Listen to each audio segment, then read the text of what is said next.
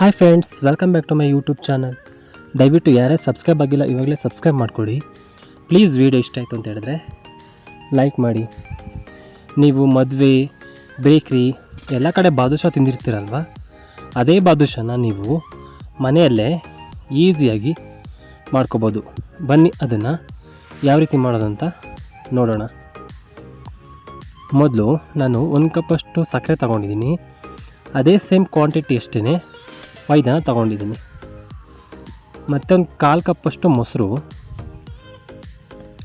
ಒಂದು 4ರಿಂದ 5 ಟೇಬಲ್ ಸ್ಪೂನಷ್ಟು ತುಪ್ಪ, ಒಂದು ಸ್ವಲ್ಪ ಬೇಕಿಂಗ್ ಸೋಡಾ, ಮಾಮೂಲಿ ಅಡುಗೆ ಸೋಡಾ. ಮೊದಲು ಒಂದು ಮಿಕ್ಸಿಂಗ್ ಬೌಲ್ನ ತೊಗೊಳ್ಳಿ. ಮಿಕ್ಸಿಂಗ್ ಬೌಲ್ಗೆ ನಾನು ತೊಗೊಂಡಿರೋಷ್ಟು 1 ಕಪ್ಪಷ್ಟು ಮೈದಾನ ಹಾಕ್ಕೊಳ್ತಾ ಇದ್ದೀನಿ.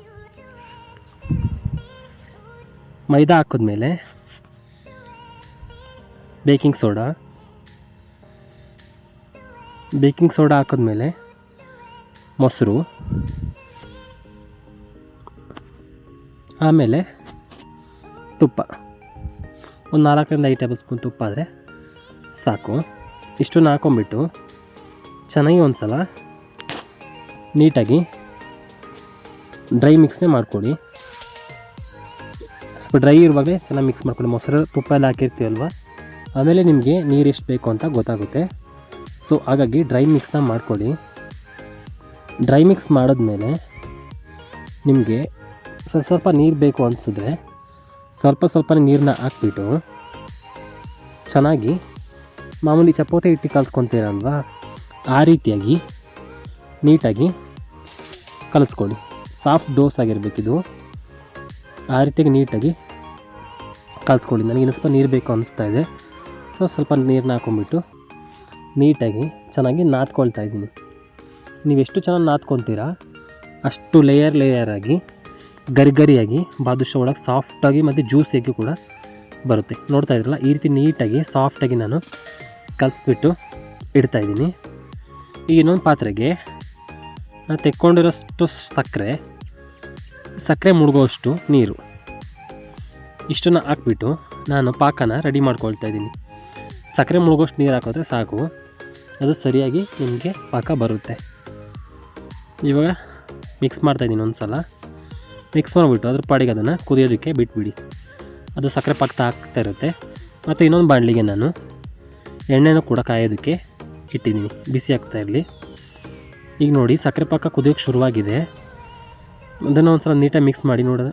ಬರೀ ಅಂಟು ಪಾಕ ಬಂದರೆ ಸಾಕು, ಅದು ಅಬ್ಸರ್ವ್ ಮಾಡ್ಕೊಳ್ಳುತ್ತೆ ಬಾದುಷಾ. ಈ ರೀತಿ ಅಂಟು ಪಾಕ ಬಂದರೆ ಸಾಕು. ಇವಾಗ ಇದನ್ನು ಗ್ಯಾಸ್ನ ಫ್ಲೇಮ್ನ ಕಮ್ಮಿ ಮಾಡಿಕೊಂಡು ಆಫ್ ಮಾಡಿ ಎತ್ತಿಟ್ಕೊತಾ ಇದ್ದೀನಿ. ಇವಾಗ ಇನ್ನೊಂದು ಕಡೆ ನಾನು ಮೊದಲೇ ಮಿಕ್ಸ್ ಮಾಡಿ ಇಟ್ಕೊಂಡಿದ್ದೀನಲ್ವ, ಇನ್ನೊಂದು ಸಲ ಈ ಥರ ನಾದ್ಕೊಂಬಿಟ್ಟು ಒಂದು ಪ್ಲೇಟ್ಗೆ ಸ್ವಲ್ಪನೇ ಚಿಕ್ಕ ಉಂಡೆಗಳನ್ನ ಮಾಡ್ಕೊಂಬಿಟ್ಟು, ನೋಡ್ತಾ ಇದ್ರಲ್ಲ, ಈ ರೀತಿ ರೌಂಡಾಗಿ ಉಂಡೆಗಳು ಮಾಡ್ಕೊಳ್ಳಿ. ಮಧ್ಯದಲ್ಲಿ ಈ ರೀತಿ ರೋಲ್ ಥರ ಪ್ರೆಸ್ ಮಾಡಿ. ನೋಡ್ತಾ ಇದ್ರಲ್ಲ, ಏಕೆಂದರೆ ಮಧ್ಯದಲ್ಲೂ ಕೂಡ ರೋಲ್ ಮಾಡಿದ್ರೆ ಒಳಗಡೆ ಅದು ಚೆನ್ನಾಗಿ ಎಣ್ಣೆಯಲ್ಲಿ ಬೇಯುತ್ತೆ ಅಂತ. ನೋಡ್ತಾ ಇದ್ರಲ್ಲ, ಈ ರೌಂಡ್ ಮಾಡ್ಕೊಳ್ಳೋದು ಮತ್ತು ಮಧ್ಯದಲ್ಲಿ ಪ್ರೆಸ್ ಮಾಡೋದು. ಇದೇ ರೀತಿಯಾಗಿ ರೌಂಡ್ ಮಾಡಿ ಮತ್ತು ಮಧ್ಯದಲ್ಲಿ ಪ್ರೆಸ್ ಮಾಡಿ. ಈ ರೀತಿಯಾಗಿ ನಾನು ಎಲ್ಲದನ್ನು ಮಾಡಿ ಇಟ್ಕೊತಾ ಇದ್ದೀನಿ.